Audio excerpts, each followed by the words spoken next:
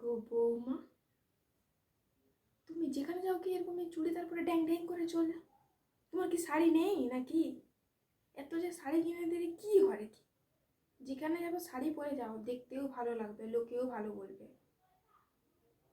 দেখো মা, আজকাল যুগ পরিবর্তন হয়েছে। সবাই এখন গ্রামে হোক শহরে হোক, সব মেয়েরা এখন চুড়িদার পরে। চুড়িদার পরাটা কোনো ফ্যাক্ট নয় গো।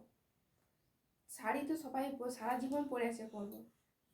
চুড়িদার এখন পর্যন্ত পরবোটা কখন? ছেলে পড়তে বলছি মানে? ও কি জানে নাকি কিসে মান সম্মান আর কিসে মান সম্মান নেই? ও বলুক, আমি বলছি তোমাকে পড়তে হবে নিকো। তুমি বলছো বলে কি? তোমার ছেলেই বলছে যখন পড়তে, আমি পড়বো। তুমি পড়বো কি না পড়বো সেটা তোমার ব্যক্তিগত ব্যাপার। আমাকে তোমার ছেলে বিয়ে করে নিয়ে আসছে, তোমার ছেলে যখন বলছে পড়তে, আমি তখন পড়বো।